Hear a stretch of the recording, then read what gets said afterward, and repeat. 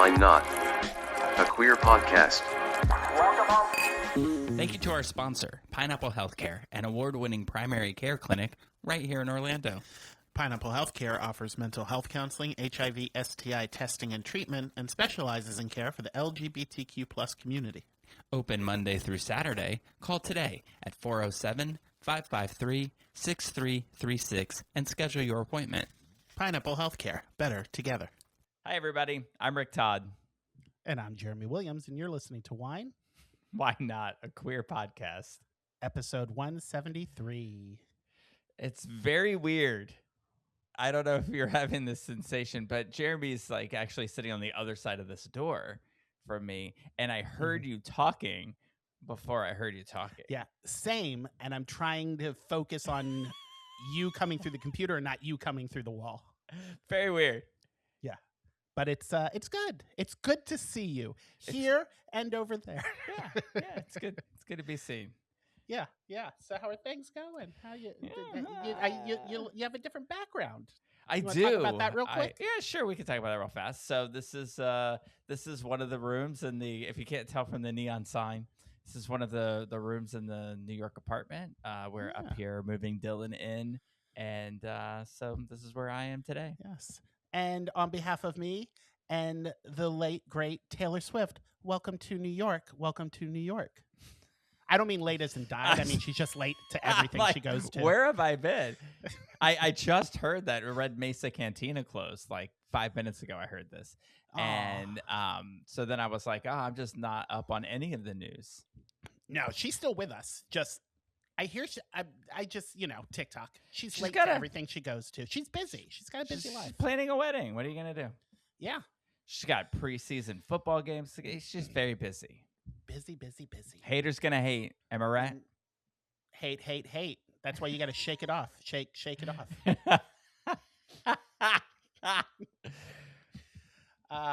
Anyway, what were we talking about? I don't think we 173. were. Yeah, 173. We were just talking about, being here. Okay. This is So- Jeremy is sitting in my In apartment your as living well. room, yeah. Yeah, that's sort of, well, we call this the other office dining room area that you're in. The living room is 7 inches over to there. your right. And Kitchen's the right there. kitchen is 2 feet to your back. The waiting Yeah. room is the little cubby over there. So and we'll get into it when we talk about our week, but I am without a studio, aka an apartment to do this from. So I was running all over New York like a crazy man yesterday and this morning trying to find a place. And for all the things that the New York Public Library likes to profess that they have, they don't have them all available at all times. So they have podcasting rooms that you can use, but they're not available right now. And she's like, oh, this location doesn't have them. I was like, your website says it. She goes, well, that's news to me. And I was like, well, I'm sorry that it's news to you. That doesn't help me right now. I She's have saying, to record a podcast. what's the matter, library lady? Can't you read? So here I am in your dining area. And we're going to do this podcast. Hey, look, we're both in the Heights right now. Isn't that nice? Oh, my God. We're like Lin-Manuel Miranda. And the other guy with the cute freckles. What's his name? Howdy Doody? I don't know that his fame comes from the Heights. No, the guy that was in Hamilton, what is Ramos, Anthony Ramos. Yes, Anthony Ramos. He was in Twisters. Oh, yeah. Yeah. And in the Oh, Heights, I do you're right, have he to. was in the I Heights. gotta say this. I need to do this more regularly, so I apologize to the listeners. I listened to the last podcast on the way up here. The sound is atrocious, so I need to. It was me. You were fine. It was like I kept moving back away from the microphone, so the sound, like we had the volume on the speaker all the way up and on the phone all the way up, and sometimes you couldn't hear me. So I apparently suck at podcasting, so my apologies. Yeah. I always if like the bristles on my mustache aren't brushing against the top of the microphone, I don't feel like anybody can hear me. So I'm always like really up Well, you on have it. an advantage over me because you're an ASMR guy. That's right. So you know how to do this. Although I will tell you, I recorded a sweaty balls video earlier today. Oh, did you? Because, well, their Darden Restaurants is showing Greetings from Queertown Orlando to like their Pride group and some executives and stuff like that today. Yeah. And they asked me to go and introduce the film. And I was like, well, I can't be there, but I'll record a video. And I forgot all about it. And it's like, oh, crap. So before we did this, and it's like embarrassing to record a video like when somebody's sitting on the other side. So Dylan and Tina were out there. And so I'm like, hi, I'm Rick Todd. Oh, stop that. Publisher. That just tickled my eardrums. Oh yeah, well we can move on from that. So it was just very funny. Yeah. Anyway, Very nice. you know, I get distracted so easily. I should turn my Teams off because I keep getting work messages, and I'm like, Oh, "What? yeah. You sold an ad three minutes before we go to press? Good for you." Nice. I don't know how much workshop you want to talk, but when we talked yesterday, you were like, "Oh yeah, we're going up in pages. It's a good issue. Good Pride Month kicking off." Yeah. Yeah, we'll go with that. Pride Month is kicking off for sure. It's a it's a big issue. So there's a lot going on. It's the 10-year mark of Paul's. This week is One Magical Weekend, Gay Days, Girls in Wonderland. It's a perfect time to leave Orlando for a couple of weeks. Yeah. So let's get into the 173. Let's and do then, we'll talk about why I am sitting in your kitchen. Yeah. I feel like Chris Hansen right now. Hey, what are you doing here? Why are you here? Do you want some cookies? There's lemonade on the counter. All right, so 173. This, because it has been a hectic couple of days, this was a quick search on the train, and I saved the page. But a couple of really interesting things, movie-wise, came up for 173 that I thought was kind of cool. Do you remember the Bee movie, the animated movie where Jerry Seinfeld does the voice of the bee? Yes. They say the word bee 173 times in that movie. What? Which I thought was interesting. You are so good at this. This is the essence of why we do this. And I'm like, Route 173 goes through Wyoming. You know, I'm impressed. I think that I think maybe it's the way I talked to Alexa. There's an AI conspiracy, and they're like, hide information from this guy. Yeah. You just have to make your prompts more pop culture focused. And also, I don't know if Alexa's this way, but Google Home is this way, that it remembers the questions you ask. So week after week after week of asking about pop culture things for specific numbers, it's automatically the top search is, this week you're going to ask about 173, aren't you? And I was like, don't learn me, Google. Don't you learn me. It does that, but it's still, I mean, I specifically said any interesting pop culture references with the number 173. And it said Route 173. Yeah, anyway. Well, you remember the movie The Sandlot back in 1993? If you've seen the movie, you know that it's a little baseball team. Kids killing me, Smalls. Baseball.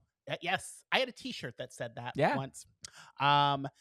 The dog, or the Beast is his name in it, who jumps up when they hit a home run and eats the ball. The Beast in that film is rumored to have eaten 173 kids. When they're talking about the Beast, they're like, he's eaten 173 kids. I thought for sure you were given some real thing, and I'm like, what? Eating 100? I was like, rabbits? I was like, where's this going? And why would they make this killer animal famous?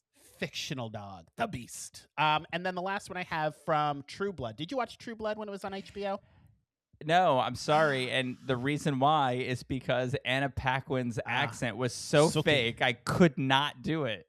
Oh, Sookie. And now that I know that her name is Sookie, no, I'll never watch it. Well, then you'll never learn that Bill Compton, who is the main vampire who she falls in love with, at the start of the series is 173 years old. It's always weird to me with that, because like with Buffy or True Blood or any vampire thing, when there's like a romance, the woman is always like just barely 18. And in some cases, like with Buffy, she's in high school and she's 16, and the vampire's like, I'm 240 years old. And I was like, now you need to call Chris Hansen. That is... Hey, maybe when Paramount Plus Island level. Maybe when Paramount Plus owns Warner Brothers Studios, that age will drop to 15. Anyway, that isn't all I had. I was gonna say that's all I had, but I got one for you, Caitlin. I have Pokemon number 173. Oh, she's on it. She's ready to go. Look Cleffa, at that happy little who- bubbly thing. Yeah, when it pulled up, you remember the video game Kirby? That's just Kirby with brown ears. So it's it looks like a fluffy little pancake. yeah, it's Eat 'em Cleffa up. is a Nom, small nom, nom, pink nom, nom. Pokemon that is vaguely star-shaped in appearance. Ooh, excuse me. With brown ears. Cleffa lives in the mountainous regions typically found at meteor impact sites. So there you go. Cleffa, Pokemon 173. And that's what I have for 173. Ah, wow, how exciting. See, I see that you skipped right over the VOT V173 flying pancake. I sure did. I did see that one. And I was like, no, You're like, that Rick's going to sounds like- grab that one. That sounds like some boring shit Rick's gonna spew out. Yeah, no, it's an interesting looking plane though. It looks like a flying pancake, and it's something that in 1978 this guy pitched to the Navy, thinking that if you put the propellers on the end of a circle, that it'll be able to lift off in on low speeds. So anyway, that was very. Do you think that's what all the hicks back in the day were seeing when they thought they were seeing flying saucers? Yeah, 100%, 1978. Yeah. I did catch these. I thought maybe you'd mention these, so I appreciate you for giving me something pop culture related. Absolutely. But the hit TV series, not something I care to watch. In fact, this show made me not a fan of him, but I love him in The Rookie now. But Castle, 173 episodes. Yeah, very nice. And Star Trek Deep Space Nine, 173 episodes. I was scrolling through the Googles, and I came across an article of all of the Star Trek shows ranked based on their IMDb scores, and Deep Space Nine was number 2 behind Strange Worlds. Oh, yeah? Strange Is Worlds that is one? pretty good. Yeah, Strange Worlds was number 1 based on the ratings. I mean, I wouldn't know anymore because I don't watch Paramount Plus. Sure. But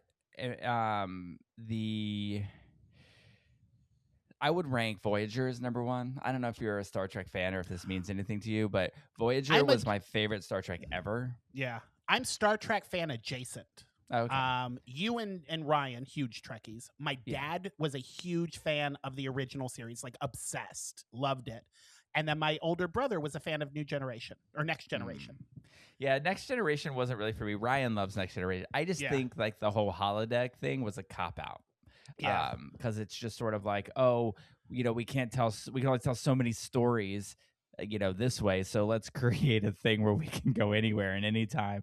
It's sort of like the Marvel cop out of the multiverse. But anyway, we won't get into all of that. Yeah, I was going to say Trekkie adjacent. So I have no idea what you're talking about. I I don't know what a holodeck is. It's like this room that makes well, did you ever watch Quantum Leap? A few episodes, yeah. Yeah, so that whole idea, like that the guy with Ziggy and like Al with Ziggy was in a room that Could be anything. that projected where the other guy Yeah. was. So it's just basically like that. It's just a room Gotcha. that it could, they had one in Voyager, but it was this. They always made it like this old timey bar because this one guy liked to go there, and so it was never really like, oh, well, we're gonna be, in the turn of the century London, and we're gonna have a whole episode Oh. about what goes on. Sort in of that. like It's the just- room of requirement from Harry Potter. It is whatever you want it to be. Yes, I have Okay. watched every one of them, and I have no idea what room you're talking about. We are in different nerd wavelengths. Yeah. So I would say that, but also Discovery. Listen, like the acting in Star Trek TV shows just got really great. So Yeah. Star Trek Discovery is fantastic. The girl that's in not Blue Bloods, Boston Blue, with Donnie Wahlberg, she played the captain in Discovery, and she's phenomenal. It's really I great. categorize my shows now, and that one, the Blue Bloods and the Boston Blue, are in the category of most shows you watch, of shows I only watch in 1-minute clips on TikTok. That's a way I could catch up on it. I should do Yeah. that because I love those shows. I just can't watch them anymore. I Yeah. won't even watch them on on the Spectrum app. I don't want the shows to get the ratings. I want their I hear ratings ya. to suck so bad that they go to a different network. Yeah, I'll tell you, I'm as sure somebody that's how who it doesn't works. watch the shows, it's nice to have all the filler shit pulled out and just because they'll do it in like 3 or 4 parts, so it's like over 3 or 4 minutes. They explain the whole episode with clips to you, and it's like, all right, I get the gist.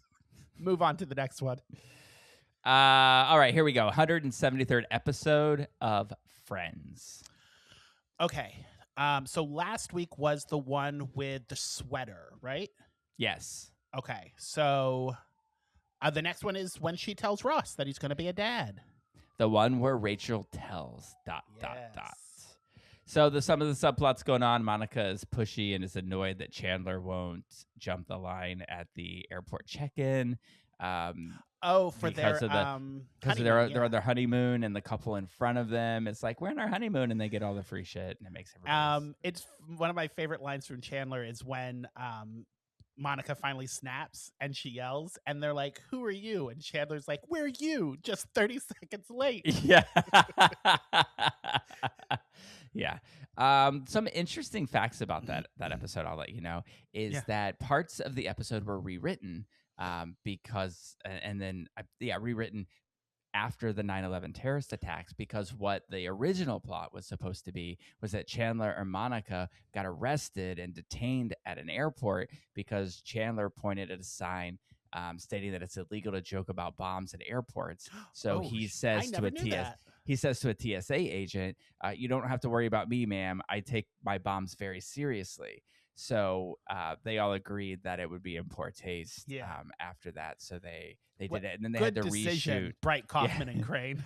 And then they had to reshoot the things. In fact, one of the things, and I think this is why this happened, because they had to reshoot some of the scenes. There's an interesting part in there, Chandler says he's gonna go get his thong or something like that. Like, he's joking about having to go in the room to get his thong. So he goes into the bedroom, and when he comes out, he has a different haircut. Oh, I'm going to have to go watch that episode. Yeah. I do know that this season, being right after 9/11, throughout the season, there's a lot of like Easter eggs and references to the New York Fire Department and the NYPD the NYPD. Is that also in the category of TikTok shows that you watch in 1 minute increments? Yes. Just the ass shots, though. Remember what a big deal it was when they had ass shots on that NYPD was Blue? The first time I think an ass was shown on TV was actually Hill Street Blues. And the guy quit his job and told the boss to kiss his ass and dropped his pants, and they showed his butt. Yeah. I don't know why I said ass 4 times and then decided to say butt at the end. Yeah. It's all right. You're looking out for our younger listeners. So here's another interesting fact about this. Sorry to those who hate my Friends trivia. But the original script had a running gag where Ross is an idiot, right? So he's the one with the PhD, but he doesn't know much about anything else. So that's why they had him freaking out about the condoms and the ineffectiveness of the condoms. And he was originally the one who was supposed to not see the baby in the ultrasound. But while they were filming, they changed the script because they thought it was too much. So they wanted to make him not seem like so much of an idiot. Yeah, there's a lot of things, particularly as you get in the later seasons, that Ross does that I'm like, dude, you're a PhD. Like when the leather pants, while it's hilarious. Come on, it's one of the funniest moments in the show. But it's like, you're smarter than that. You're not that stupid. And you call Joey, and Joey is like, ooh, I'll help you out. Like a scientist wouldn't know that if you put powder on water, it turns to paste. Yeah, it's hilarious though. It is hilarious. You know, he's like socially awkward and was panicking, and that's, I get you. Defend Ross all you want. He's still my least favorite friend.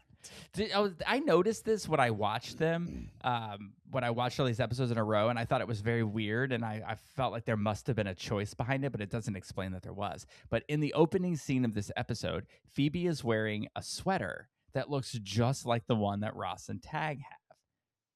And I thought, does she have that sweater? It was very weird. I noticed it when I first watched the episode. Oh, I'm going to have to go back and look.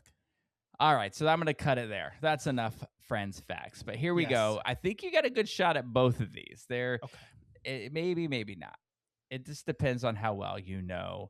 This isn't old. You're talking 60s, 70s, maybe. But this is the 173rd greatest director ever, according to Cinema Archives. Here are some of his films: The Longest Yard, The Dirty Dozen, and maybe this is the one that's going to help you get it: Whatever Happened to Baby Jane. All movies that I know and I have seen, and I cannot remember who directed those. Yeah, Robert Aldrich. Yeah, Aldrich. I do know that name. Yes, Aldrich. All right, this one I think you're going to get. Okay. Although you thought I'd get the director, so I have more faith in you than I should. All right, this is a 1983 Francis Ford Coppola film. Francis Ford Coppola, 1983. 1983. Yeah, the birth of the Nicolas Cage nepotism.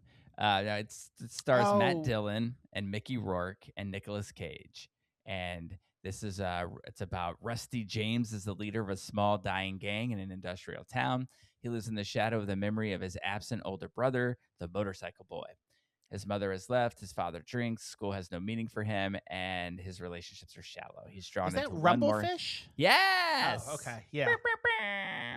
See, look, I didn't have Rumblefish misguided also, I might be mistaken here, but I think it's that one. Rumblefish is based on a book that is also written by the author who wrote The Outsiders, I believe. But I might be wrong. And it is a prequel to Big Fish. Oh, that's a good movie. It's not. Big Fish is a good movie. Which is funny that you said that, because the whole premise of Big Fish is that a lie? Or yeah, did it actually happen? It's a lie. I will say I never saw the movie Rumblefish, and this is because in 1983 I was 8 years old, and I wasn't the brightest kid. It took me a long time to learn my left from my right. Oh, I was right. Yeah. Same person who wrote Outsiders. Okay, and that explains Matt Dillon, right? And I didn't watch it because it's called Rumblefish, and I assumed it was about a fish. Okay. So I never watched it, but I bet it's probably pretty good. It's a lot like The Outsiders. Yeah. I love The Outsiders. I love Essie Hinton, but she's kind of a one-trick pony. She knows what she knows, and that's what she writes. I have not.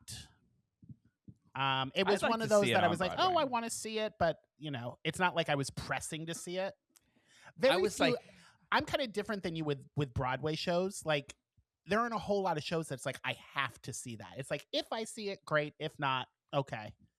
There ain't a whole lot that I have to see. I was like, I have to see it because I'm like, it's the Tony Award winner. I have to see it. Yeah. But you know what I've come to learn about Tony Award winners? A Strange Loop was the Tony Award winner for favorite musical, and it's likely The Lost Boys will be the Tony Award winner for favorite new musical. So great assault. They're great. I mean, I like The Lost Boys, and it's really good. Do you want me to lock in that The Lost Boys will win? Well, I mean, if you do, then that means that it's not going to. No, that's what I'm saying. I was going to say Schmigadoon is favored to win according to Gold Derby. There you go. I just gave the Tony to Lost Boys. Could you also say that again that Jonathan Lithgow is favored to win? I'm actually going to try to go see. I already did that. Yeah, I'm going to try to go see Giant tomorrow. Yeah. No, we're going to a show tomorrow. We're going to see a show. And so Thursday, I'm going to go to TKTS and get tickets to Giant because I want to see it before the Tonys. Yeah. So that when he wins, I'm not mad. I mean, we talked about it. I loved Death of a Salesman, and I love Nathan Lane. But I also love John Lithgow, and I have no doubt that he kills that role. So if he wins, I'm sure he deserves it. Nathan Just like Lane he has killed 2 Tonys all respect already. anybody could have for him when he took the role in Harry Potter. Just kidding. Oh, that's right. He's the new Dumbledore. Yeah, he's the Dumbledore. Where were we? We were wrapping up 173. We were wrapping up 173. We're done. So tell me about your week. Oh, my week. Okay, so my week. My week. Okay, so I left my apartment this week. So it was kind of a sad. You've been to my apartment. It is not a great apartment. It is the typical when you watch a movie about New York City and people move to the big city and their first apartment's kind of run down and old. That was it. The floors were uneven. The ceiling leaked. They had to come out and fix it many times. There were windows that were like, had a brick wall 6 inches from them. It's not a great apartment. But it was, I feel like just your description of the apartment is you're describing me and my body right now, and I get it. much like you and your body, I can't stand this apartment. No, I'm just kidding. I don't like the fact that I leak either. But it was just, once we were packing it up, I felt like that Friends episode. It was like, it's the end of an era, some might say. Did you go get coffee? We did. Oh, we did. As soon as we finished, we did go get coffee. So we packed it up, and looking at the empty apartment, it was just kind of sad. So Quick question though, before you get into this. The TaskRabbit, was he hot? He was, yes. Because I know you picked it because of his photo. He was very attractive. He was 6'2", and he was thin, but could lift quite a bit of weight, which surprised me because he was kind of thin and tall and scrawny. And I was like, you're not going to be able to lift anything. And he could carry some weight. Oh, good. Which was a positive to me. But super nice guy, super chill. So he showed up. We got all the furniture and stuff moved into the storage unit. And then we left the apartment. Now, my roommate, Chris, he has an apartment in Queens that I don't want to go too detail about his life because he's not on this podcast, but he could not move into the apartment right away because of issues with, I don't know if it was issues with the apartment or the building, but they're doing some fixing some stuff up with the apartment, so he can't move in just yet. So he moved in with his parents. So that left me, for the first time in my life, a homeless man wandering the streets of New York City. And I legit had no clue what I was going to do. We left the apartment. Chris is like, so where are you going to go? And I said, I'm just going to walk. Just going to walk. And I took my little grandma cart and I walked. So when was this? This was Saturday. And I know you were I think you were in town, but I know that you had visitors and you guys were moving stuff in, so I didn't want to bother you. So they're in the process of getting me set up with an apartment. That was one of the calls that came in with the broker. And it's just a long, drawn-out process. So, and I don't want to get into the weeds with the way that New York City's laws work, but they work faster when you are an urgent case. So individual pulled me to the side. I won't say who it was because I don't want to get him in trouble, but an individual pulled me to the side at one of the offices and said, here's how it works. If you have secure housing, the city is not going to work very fast for you, and they're going to get to you when they get to you. If you are homeless and living on the streets, they will see you as an urgent case, and you will be bumped to the top of the list to get you into a place. So he goes, I need you to go to an intake shelter and get set up, and all you have to do is sign in. You don't have to stay at the shelter. You just got to get signed in. So I Googled it, and the intake shelter, so you have 3 intake shelters in New York City, one for men only, one for women only, and one for families. The women's and the family ones are in nicer areas. The men's shelter is the abandoned psych ward at Bellevue. What? Yes. You can actually read up when Mondami got into office, he signed an executive order to shut it down because it is so condemned and move it to the village. And residents of the village sued the city to say, we don't want the homeless people here. We don't want their shelter here. So a judge halted it and said, you can keep using that as the intake shelter until this works its way through the courts. So on Saturday, I had to push my little grandma cart to Bellevue, where for 4 hours they checked me in. And by the time they finished checking me in, it was midnight. And they were like, hey, it's just the intake. And they usually send you off to a different place to give you a bed or something. And he goes, it's really late. Nobody else is going to take you in. You're going to have to stay here. And I said, what do you mean here? Like in the abandoned psych ward of Bellevue? And they said, yes. So I slept in a former cell the cells that they put the crazy people back in the old days, they're converted into rooms. And I had to sleep on a squeaky cot in an old cell in the abandoned psych ward of Bellevue. The most terrifying, the noises, I'm telling you, it's haunted. This place is haunted. And the noises that come from that place. So they take me to my room. It's just 2 cots and 2 little lockers, and there's already somebody in the other bed sleeping. And they're like, "There's your cot." And they toss me a bag with a sheet and a pillow in it, not a pillow, a blanket, because I had to roll the blanket up and use the pillow. And I had to sleep on that cot. And there's bars on the window, and there's lights coming through, and you can see scratch marks on the wall. I'm not even joking. Scratch marks on the wall. It's dingy. It's rusty. It was like somebody said, have you ever seen Shutter Island with Leonardo DiCaprio? It's like they saw that movie and said, you know, it'd be cool if we shot the Silent Hill video games in Shutter Island. And that is where I slept. So I curled up in a little ball, and I looked out the window, and much like Feifel from American Tail, I sung "Somewhere Out There" to the moon as it peered through the bars of the window. And when you're in that situation, you can't help but think, how did my life get here? How did this happen to me? You've got to wonder. You've got to say to yourself, what have I done in my life? What did I choose? How did I get here? So that's not even the worst part. The worst part is I woke up at 5 a.m. and I was like, and Pizza Rat was eating breakfast on your face. No. And I was like, I need to take a shower. I need to get dressed, and I need to get the fuck out of this place. So I went out into the hall, and it's empty, and it's dark, and the lights are flickering. I'm not even joking. It's like a fucking horror movie. And I wandered the halls until I found a lone guard sitting at a chair at the end of a hallway.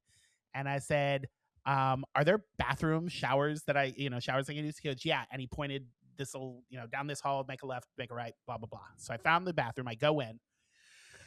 The shower, I'll call it a shower room. It's a big empty room. It's got 2 sinks, 1 stall, toilet, and 2 showers.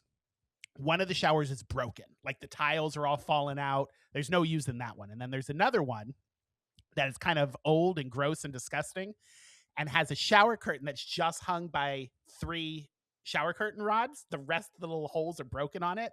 And then there's another shower curtain on the floor in front of it because they're not going to give you a mat to dry off, to step into when you get the shower. So it's another shower curtain. And there's bars on that window, and it's all rusted, and there's holes in the rust. And I'm like, Jesus, I don't even know if I want to shower here. I will say, though, best water pressure ever. The shower was hot, and it was like a fire hose. And I'm sure that was to clean the sin off of all of the people from back in the day. But I was talking to my brother-in-law, and he's like, that back in the day, before when homosexuality was considered a mental disability, that is where they would stay.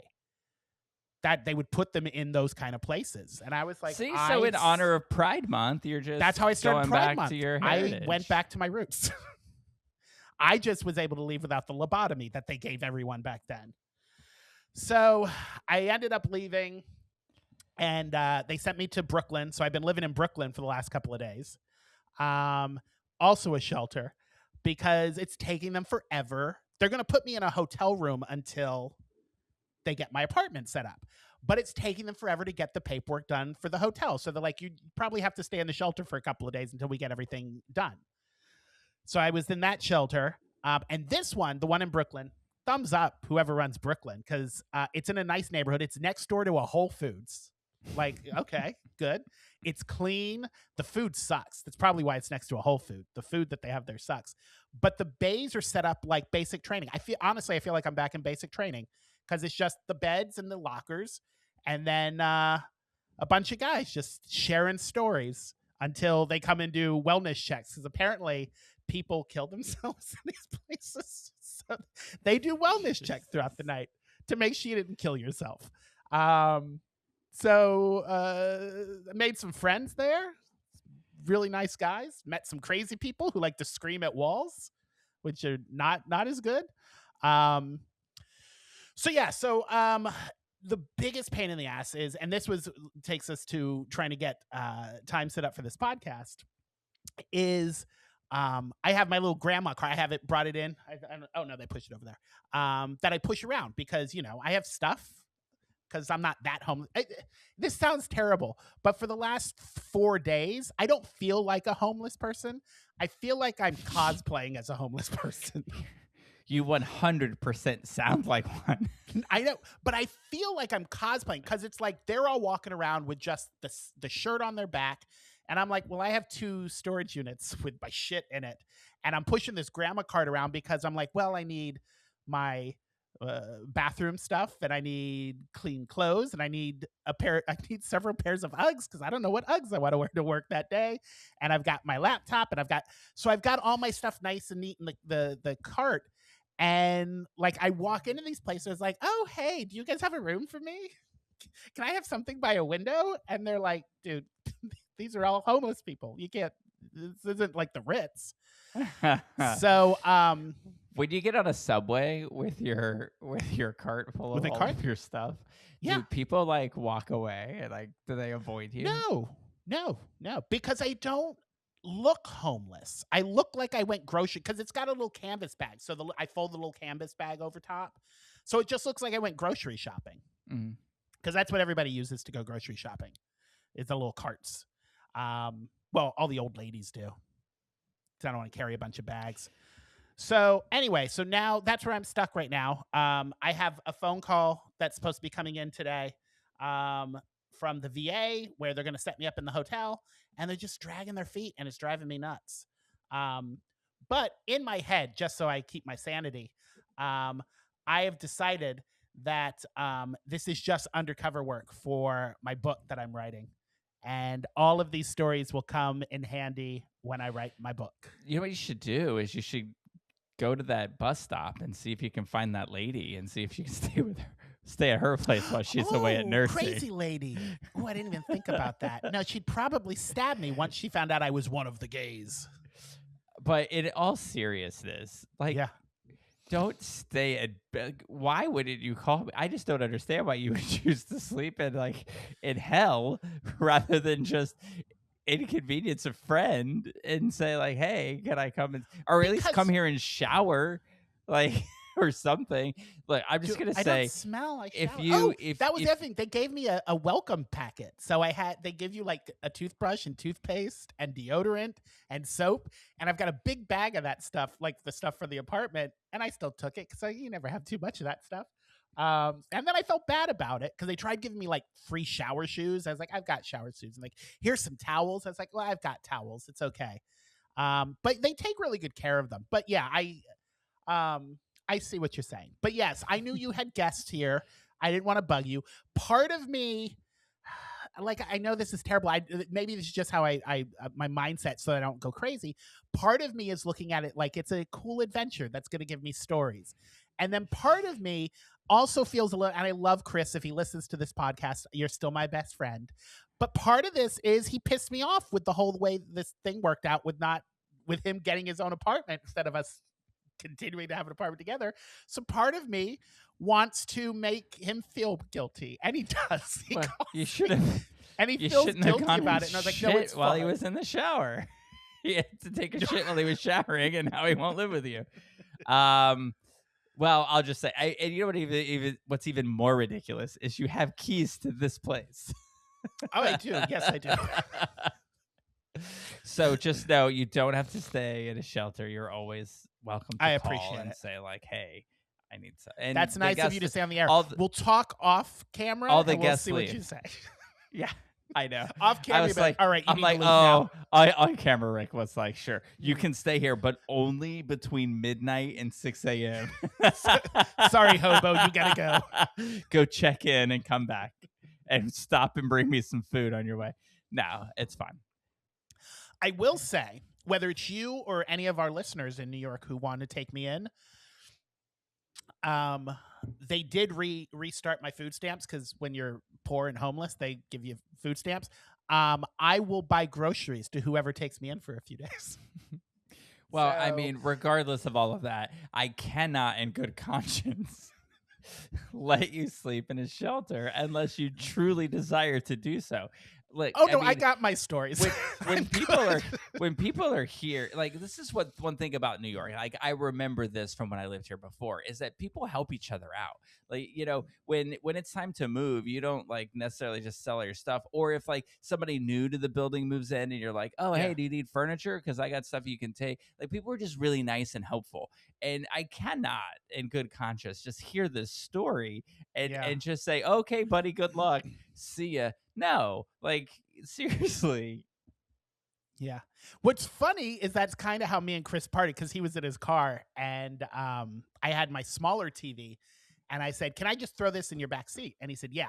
Thinking you'll take the car over to the storage unit and I'll take it out, put it in. So we put it in there. I got my little cart and he goes, "Okay, so we'll just coordinate later for you to get your TV." And I said, "You can't take it to the storage unit." He goes, "Well, I've got someplace I got to be." And I was like, "Oh, okay." And he goes, "Where are you like going to a go?" fancy dinner with his fancy boyfriend. And I was like, "I'm just going to walk." And he said, Enjoy "Okay, call me Bellevue. later." Yeah, he's like, "Call me later." And then he drove away. And I was like, wow.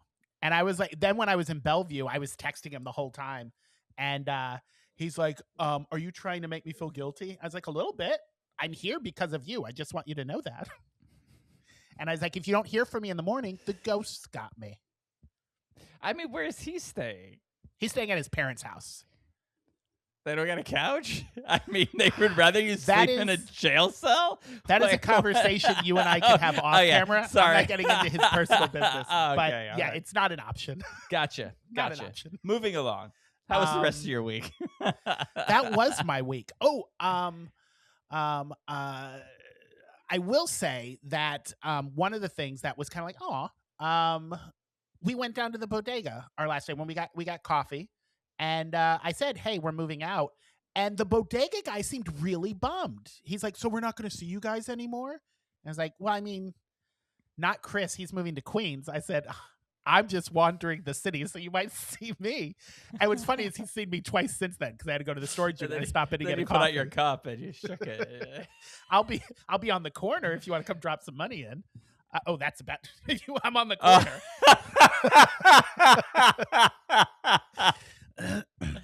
Man. I mean, hey, a girl's got to Hey. eat. Am I right? Yeah.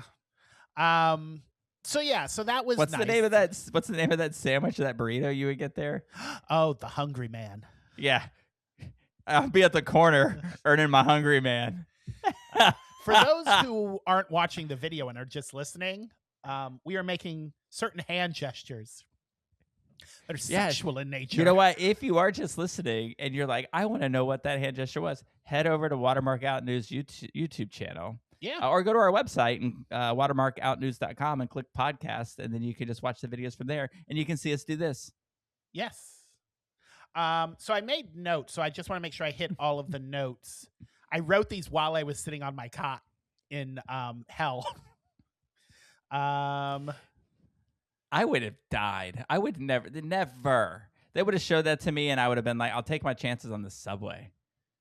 Yeah, I thought about that because I see people sleeping on the subway, and I was like, "Oh, they look cozy." But there's nowhere to charge your phone on the cell phone. I will never understand.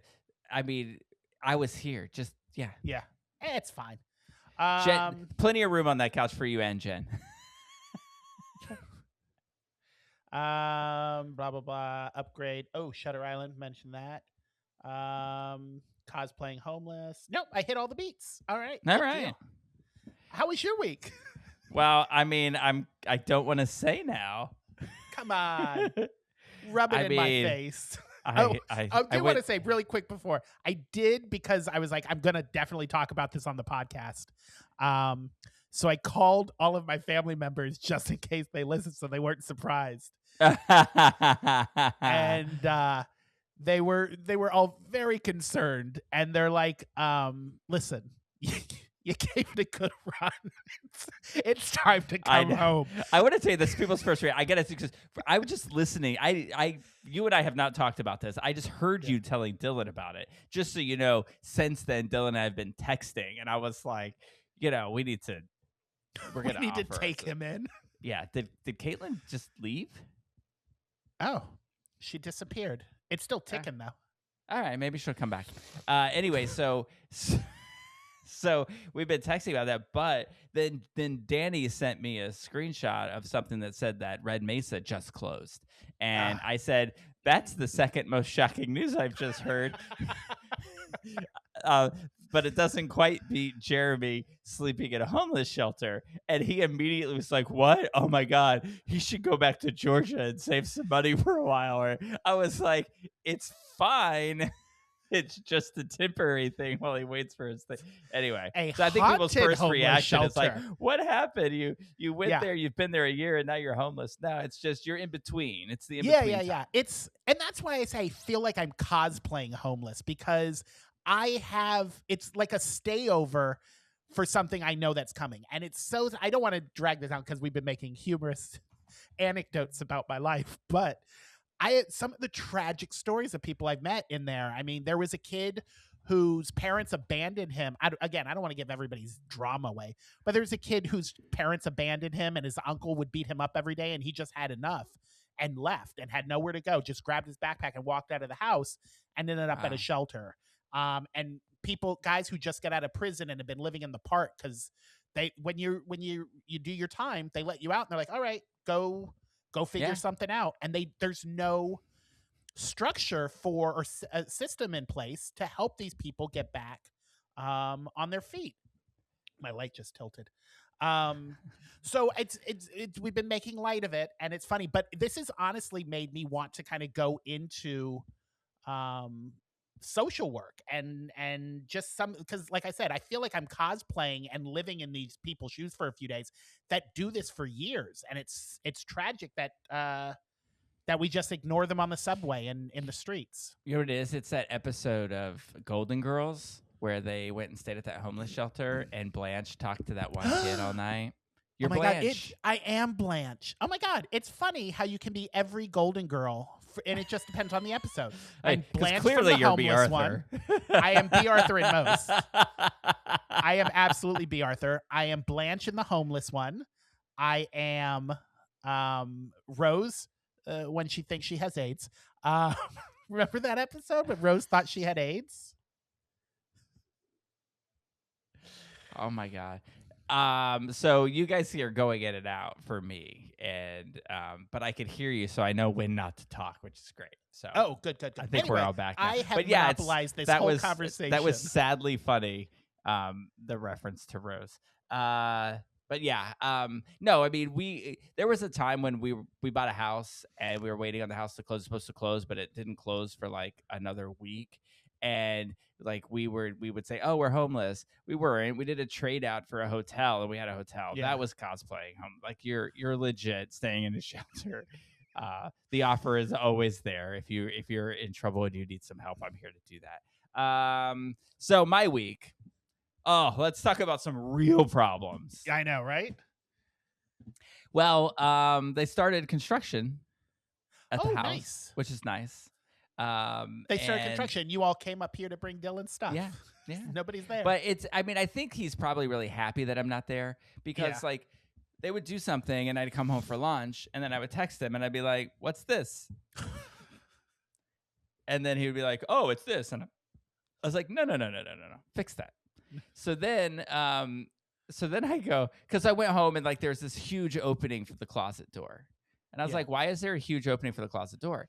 I lose so much wall space in the closet. I don't want this. I'm going to hang shelves everywhere. So and he's like, "Well, it's for a pocket door." It's like, I can't hang shelves with a pocket door. Just leave it as an opening. I was like, I might put a barn door up there, or you might just leave it open. Just leave it open. Be fine with that. He's like, fine. So then the next day I come home for lunch and they started putting the windows in. And the windows are about 2.5 feet apart from each other. And I was like, "What's this?" I was like, we had talked about my bed frame is going to go in between the windows. It's the only place for the bed to go. Now the bed frame's going to cover the windows. That doesn't sound like a nice little place. And so I was like, "Why don't you do this? Just send me the plans. I don't know if we've ever seen them. Send me the plans so that we can make sure that we're all on the same page." So he sends me the plans, and I was like, according to these plans, there should be 10 feet between those windows, and there's Is he following the 3. plans? So I mean, he's not there. It's like he's Yeah. a contractor. It's the subcontractors that Gotcha. are doing it. And so I was like, shouldn't we have the plans like on display so that everybody can see? And he's like, yes, they're supposed to be there, but the city hasn't sent them yet. Shocking. So so he's like, they'll fix it. And so the next day they had fixed it and it was all fine. And so, it's just funny, construction or renovations. Anybody who's done it knows it sucks. I thought, no, we're on top of this. It'll be fine. No, it always sucks. And there's just tons of questions. And I'm like, yeah, that text message I sent you 5 months ago, it's all right there. So we're just doing that back and forth thing and it's all fine. It's getting done, which is exciting, right? Yeah. What else do I have? You're in New York? Yeah, I'm getting there. Oh, okay. You're going chronologically. Oh, I was writing down something. Some of it's just not really important. We tried to rush and get a lot of things done, like at the house for Jen before we left, and she, because she was like, "Oh, we did a lot of the outlets didn't work," and I just wrote here, "We failed at electric." We just failed at that. Yeah. Friday we went Friday to pick up the thing. We were very nervous that everything was going to fit, so we went ahead and mailed 5 boxes through UPS. 5 little boxes. And oddly, one of the boxes got here on Saturday and none of the other ones did. Why is that? They were all mailed together. Very weird. But anyway, because he's like, yeah, it could take a week and a half for us to get them. I'm like, whatever. It was like $50 a box, so it worked out really well. And thankfully we did that because we picked up the van. And we got excited because they said the 12-passenger van isn't ready yet, but we can give you a 15-passenger van. And we're like, that's bigger. Oh, nice. No, it just means there's another row of seats, so it's less trunk space. So we figured out how to take the seats out. So we took the seats out, moved them, and ended up creating space. I don't know how everything fit, but it did. So it's super nice. So we got it all packed, and then we got changed. And then we went to the diversity awards, the center's diversity awards, which is really cool. It was fun because it's funny. We there's like 8 of us that normally go to this, so that they give us a table of 10. So there's always 2 people that they sit at the table, and it's always fun to see who that's going to be. And this was Wayne and Moira, and we loved them. So we had a great time. And the awards was really cool. It was fun to be there and to see everybody. And then at the time, I said at 2:00 we're going to leave. So then I start telling people, like, let's like not make it obvious. Like half the table gets up and disappears. So Tina had to go to the restroom. So I was like, good, you get up, go to the restroom and just stay out there in the lobby and wait for us. And then she got up and did that. And then I said, Dylan, when this person's done speaking, you go to the bathroom. And he's like, or you go out to the lobby. And he's like, okay. So he gets all of his stuff together and the girl stops speaking and he's just sitting there. And I was like, go. And then he was still sitting there, and I hit my head, said, leave. And he's like, oh, okay. I was like, I don't want to sit here. We're going to get delayed another 10 minutes if we have to sit for another award. So he gets up and gets up. By the time we're all out there and getting ready to go, I guess Tina didn't realize we were leaving. And so she was in the bathroom for a hot minute. When she came out, it had started storming. It was storming so bad. The rain was going in 3 different directions. Oh my God. Seriously. And I'm sitting there and Jen's like, let's wait. I'm like, an hour? Look around. It's like dark. So I grabbed my little purple sports coat and put it over my head and ran to the car to get the car to come back and get them all. And then I'm sitting there and they have to walk like maybe 10 feet into the rain to get into the car. And she's just sitting there. I was like, sort of honking the horn. I'm like, I just went all the way down that parking lot to get this car. You can handle 10 feet of rain. Get in the car. Let's go.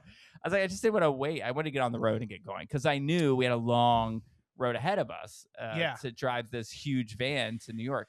Did no one think to look at the weather to see if you needed umbrellas? Not at all. It didn't matter. They were packed. All the umbrellas were packed in the van, and we were taking my car.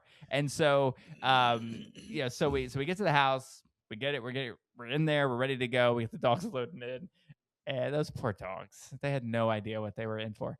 So then we're at long trip we drove to Fayetteville. It took us about 8 hours to get there, with a couple of stops to let the dogs out. Becky was not happy. That answers that question. Yeah, it was me. So we get to this place. We stayed at the Deluxe Inn in Fayetteville, North Carolina. This is, how do you describe this? Imagine if you were staying at, remember those, I won't name them, but you know those gay bars that had hotels attached to them? There were like three Yeah. of them in our history. Imagine that it's like that, except the rooms are super clean. But they're the Okay. same sort of like tiled everywhere, and Yeah. they have, it's the same furniture, it's the same countertops. They're just clean, and there's no cigarette burns all over the place. See, hotels that are shut down now, you could have maintained a clean environment. It's surprisingly, the place had like a 9.8 rating. Oh, nice. And it was super cheap and really nice and exactly what we needed. We got in, we place to walk the dogs, went to bed, got up, and headed right out. The last leg of the trip was painful. It took about 11 hours to get from Fayetteville to New York, and it's because of the time. I wish we had just driven straight through. Yeah. And that I traded off because going through DC took forever.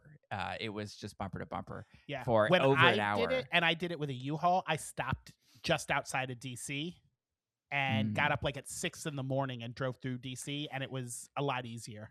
That would have made sense to do that. And then to just get through DC at a time when nobody's driving. But and after that, it was fine. You know, it was just DC that sucked. And so we got here. I was really nervous about it because, you know, there's no parking in Washington Heights. So it's like, I'm going to get there. We're going to have to pull up to the side. Hopefully cars can get around the van. Well, I was like, we'll unload everything into the lobby. Then I'll go move the car and then we'll take everything up. And so perfect. Like did it perfectly. Cars could get around us. And then I left. I just drove 2 blocks down the road, and there was this huge parking space. Parked the 15-passenger van for the night. It was great. So it was very smooth. The move, getting in, and all that. It was really nice. So then, Jen is a big fan. I don't know if you know these people. I think I talked about them last week, but Costin Myers. They're TikTok dancers. Have you ever seen there's a TikTok video of a couple. My hand's very close to the camera, isn't it? I keep doing this. It's like 3D. So there's this husband and wife team, and they dance, and they do this thing where they play ringtones on their iPhone, and they've made up dances to it. Have you ever seen this? Yes, I know who you're talking about. Yeah, it's them. And so they created this off-Broadway dance show called 11 to Midnight, which for the entire thing, I was thinking that it was like that it was 11:49 because it was 11 to midnight, but it's actually the hour of 11 to midnight. And it wasn't until like towards the end of the show that I was like, oh, it's the hour from 11 to midnight because it's New Year's. 11 minutes to midnight. Yeah. I'm bright. I'm like Ross. I am the Ross of our friends group. So, but anyway, it was really a great show. I did not expect to be entertained. I was taking Jen as a thank you for helping move, and we took Tina, and really Jen was super excited, and the rest of us were like, whatever, it's a show. But everybody loved it. It was very easy to follow. Sometimes dance shows are hard to follow. You know which one I'm talking about. But this one was very easy to follow. The storyline, it was a New Year's Eve party, and this couple was fighting, and then they sort of remembered their whole relationship and then reconnected. Although I was so tired, I did fall asleep during the number that they rekindled their romance, and apparently it was beautiful and I missed it. But listen, I don't get sleep. I made a pact with Dylan. I'm going to get up with him and walk the dogs in the morning, and they get up ass early, and I need 8 hours, and they give me 5, and I'm tired all the time. So anyway, I want to point this out. There's it's Austin and Meredith Talenko. That's Costin Myers, I'm assuming. And there is a guy in the show.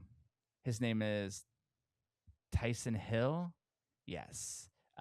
He wore like this, you know, when dancers wear like a shirt that's kind of midriffy and then they dance around and then you get and like nip slips. Yeah. Yeah. And he had a great body. He was fun, and he was adorable, and he had a cute storyline too. So he was worth going there to see. all in all, it was really good. It was their last Broadway performance, or off-Broadway performance, and so it was super emotional for them, and they were super into it. And the audience are people that have seen it a lot, and former cast members were there, and it was just a really cool thing. There's one Nice. part of it where this guy he did like a live video. This is just my sense of humor. I love this. Jen laughed. Everybody else thought I was stupid. But the guy was doing a live feed. Like he handed the camera to an audience member to hold him. And then he got on stage. He was dancing and all that. And then he was walking through the audience, filming the audience. And when he walked up to us and Jen sitting there like this, I put my head on her shoulder and closed my eyes like I was sleeping. I'm like, people are like, who's that jackass? Hey, if you're watching it and you want to know who that jackass is, it's me. It's me, the co-host of Wine, Why Not, a queer podcast. That Anyway. was. That was pretty much the week. We're still kind of getting settled. Yeah. You know, I'm excited about this week because I'm trying to see like a ton of shows. I may try to convince Dylan that like let's just go crazy this week and see everything. And I want to see Chess again, and it's at TDF, so I can get tickets for like $50. They've announced a bunch of Chess is closing. Death Becomes Her is closing. They're closing a bunch of shows this month. Yeah, and I missed Beaches. Once I found out it was closing, I was like, I'd go see it. I had no desire to see it until it was closing. But I imagine Chess went like this. Leah Michelle says, I'm leaving. A ticket sale said, bye. Broadway said, see you later, Chess. You know? Yeah. Which is unfortunate because the reason to go to that is to see Nicholas Christopher. Have you seen this? You haven't seen it? I haven't. No. It's fucking amazing. I did see an interview. I guess JoJo was supposed to replace Leah Michelle. And she found out the day before they were going to close the show that she would her talents were no longer needed. And she apparently was quite pissed about it. But yeah, I mean, if you're not selling the tickets, then you know, what are you gonna do? Well, I'll let you know when we go see stuff in case you want to piggyback on it. Cool. Well, yeah, that was my week. Nice. Except for the one thing that we agreed to do. The one thing that we agreed to do. Yeah, watch a movie. Oh yes, we did do that. I did watch this movie, and I watched it on my phone, on a cot, and I was very run down. Why did you? I don't understand why you wouldn't say like, "Look, we need to take the week off," and then just sort of explain all this or something. Like, I could have slept on Sunday night rather than. Well, I mean, because I kind of wanted to talk about it, but also. I hinted a few times. I was like, "Oh, just this week's we're just not gonna do the podcast." You're like, "No, we can do it now," and I was like, "Okay, yeah, we'll do that."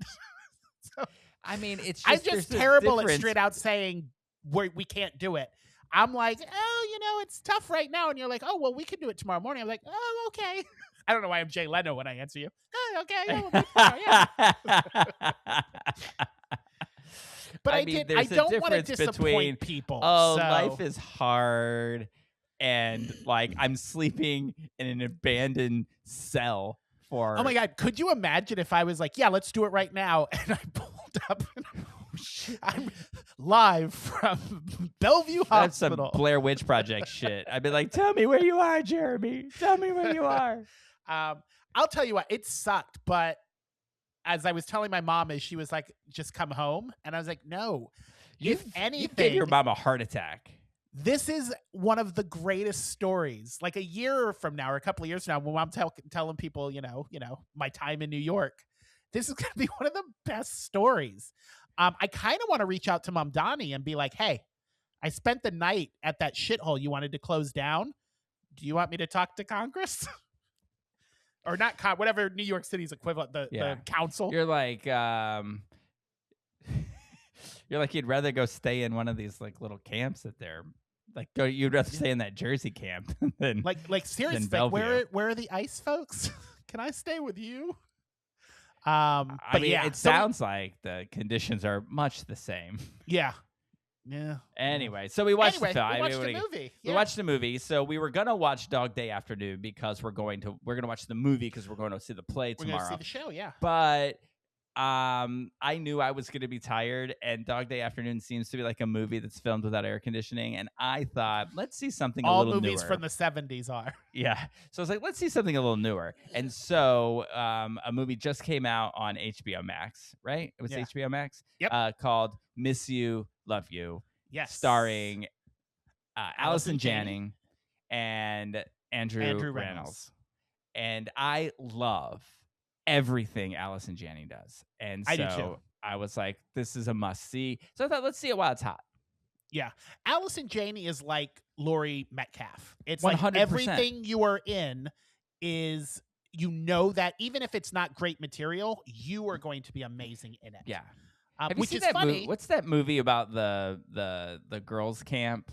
And she's like, she plays a mean person in the girls' camp because it's like there's this poor group of girl. You know what I'm talking about? I'll have to find it. Adam's Family Values? No, it's a fantastic show. About like these poor white trash kids, and they want to be part of this like the Brownies, but it's not that. And they're like, I'm sorry, you're too poor to be with us rich fancy kids. And so there's this battle over who can sell the more cookies, but I don't think it's cookies. And it's hilarious. I mean, there's a scene where all the poor kids are on stage doing a scene, and a girl gets nervous and she pees herself. So to make her feel better, all the poor kids pee themselves. All right. And it's brilliant. It's such a good show. I'll have to look at it. She's really great. I'll find the name of it and tell you. Yeah. But she's really good in that. But these movies we've been watching lately, they've made me fantasize about things in a interesting, not in a creepy way. So like, what's the movie we watched? Lurker, and like that night I had a dream that I found out where Jonathan Groff lived, and I was like, "Hey, come downstairs. We're gonna be friends." And Jonathan Groff and I were best friends. All right. But so that I'm watching this movie, and just what you said about Laurie Metcalf, like it just hit me like a ton of bricks. And I'm like, I need there to be a movie where Allison Janney and Laurie Metcalf are sisters that hate each other, and it just sounds like it would be brilliant. Yeah. I think it's funny because I like I said, those two actresses, everything they touch is just, their performances are golden.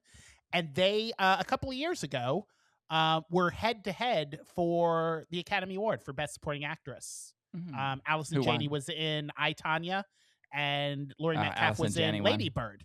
And Allison Janney won the Oscar, but it was like neck and neck. Like nobody knew who was going to win that night. Yeah. I've loved her since The West Wing. I love her. Anyway, so she's in this, and I gotta say, the thing about Andrew Reynolds is that he was in a sitcom where he was a gay couple and they had a daughter, and I think it was called The New Normal. I want to think it was called, and I loved it, and it lasted one season and it left, and I thought it left because they, like, for every reason, the studios weren't ready for it, but I don't think that's what it was. I think he left that show to go do Book of Mormon, and then I always hated him for that.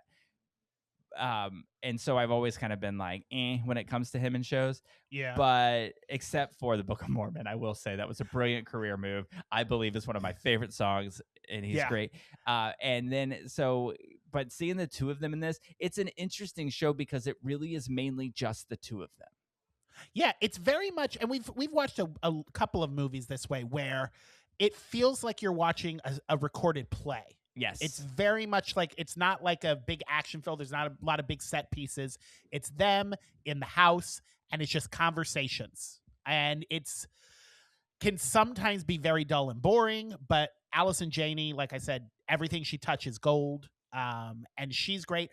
I was a little hesitant with Andrew Reynolds, differently than you. I like him, but everything I see him in, he's the same to me. It's like, you're the same gay character. And him in this movie surprised me with how much range he has. And I was really impressed with his acting in this. Yeah. So what was your overall opinion? I mean, you want to start with Rotten we'll start Tomatoes with and then. You can start with your grapes? opinion. Yeah, I was just gonna. I give it 4.5 grapes. I really like this movie. 100% 4.5 grapes. It was so good. It like, she, from the moment he shows up at her house, she was just fantastic. Yeah. And I think that she, like, you just understood her. You understood her angst and anger the whole time. And just what a strong, I love shows about strong women, and Hmm. she's such a strong woman, and she sacrificed so much for other people. But also, she didn't have to, and he kind Yeah. of points that out to her. And that argument scene between them, just Oh my really God. was Yeah. so brilliant. Yeah. Like, The fact that this movie ends up coming like these two complete strangers end up kind of hashing all this out all over the same, but what the same guy did to them. yeah, It's her son. When the movie starts out, he's like, "Oh, I'm his assistant," and you find out later on throughout it that he's not technically his assistant. He's just a guy who was in love with him, and the feelings were not returned. right. And that's just the kind of person her son was, where he just keeps you on the hook. He does it to his mom. He does it to Jamie, who's Annie Reynolds' character. He's just the kind of person who gives you enough. I think she even says it's in the movie. He gives you enough to keep you coming back. And in fact, Yeah. the name of the movie, Miss You, Love You, is how he finishes text messages to both his mom and to Jamie. Yeah. And she goes, that's enough to keep you on the line for the next text message that's going to come maybe months down the road. Yeah. So the premise of the show is that Allison Janning's husband, which is her second husband, not her son's father, Yeah. he dies of Parkinson's. And instead of the son coming to the funeral, he sends Andrew Reynolds in his place to help take care of her. That's the premise of it. In the beginning, because you think it's his personal assistant. So he sends his Right. personal assistant to handle funeral arrangements and help his mom. Yeah. Which right off the bat is just a very odd premise. Right. Yeah. And just a very weird and almost creepy. Like when I did not expect the turn it took with Andrew Reynolds' character and finding out that he wasn't his assistant and that he kind of volunteered to do this and the reasoning why. And it was like, oh, you're kind of a creep. Yeah. But I get it. And you're kind of a really nice guy and you're helping her, so it's okay. Like all of that was really kind of cool. It's just so good. You mentioned us watching Lurker last week. They're almost the same character, just had very different structures to help them. Right. Like this is basically Lurker with Allison Janney to help him through shit. I gotta tell you, this movie had me right off the bat. When there was the dog barking in the very first scene, there's like this dog, like he gets to the house and this dog is barking at him. And then there's like a noise and the dog's not barking anymore. And I actually made a note. I was like, did the dog get eaten by a coyote? But it turns out that in this area, owls steal cats and dogs and eats them. The big birds, because they're in New Mexico, which I guess has big birds, hawks and owls, and they snatch up little cats and dogs all the time. Yeah. So the little dog gets snatched up in the beginning. So what's funny about it is what's her name is in it? The sister from Jerry Maguire. Bonnie Hunt. Bonnie Hunt is in it, and she plays the neighbor, and she's looking for her dog that's gone missing. Well, then she does something later on to piss Allison Janning off. So Allison Janning goes to the store and buys chicken wings and then debones them and then takes the bones next door and starts throwing them in the lady's yard to make her think that an owl ate, or to let her know the owl ate her dog. And it's hilarious. The scene is funny. What else did I write down? I just wrote down a lot of comments on the act. I was just really impressed with both of their acting in this. Yeah, she's kind of like almost like a Devil Wears Prada kind of like no nonsense person, which is cracking me up. So when like his character kept saying like how cold it was, and he's like, you see the desert and you expect it not to be so cold, and he just kept saying it, and finally she says, "Yes, it's winter. Can you please stop being amazed by that?" Cracked me up. And then she asked him how old he was at one point, and he's like 42, 4, 6. Made me laugh. I just had a thought and it just fell out of my head.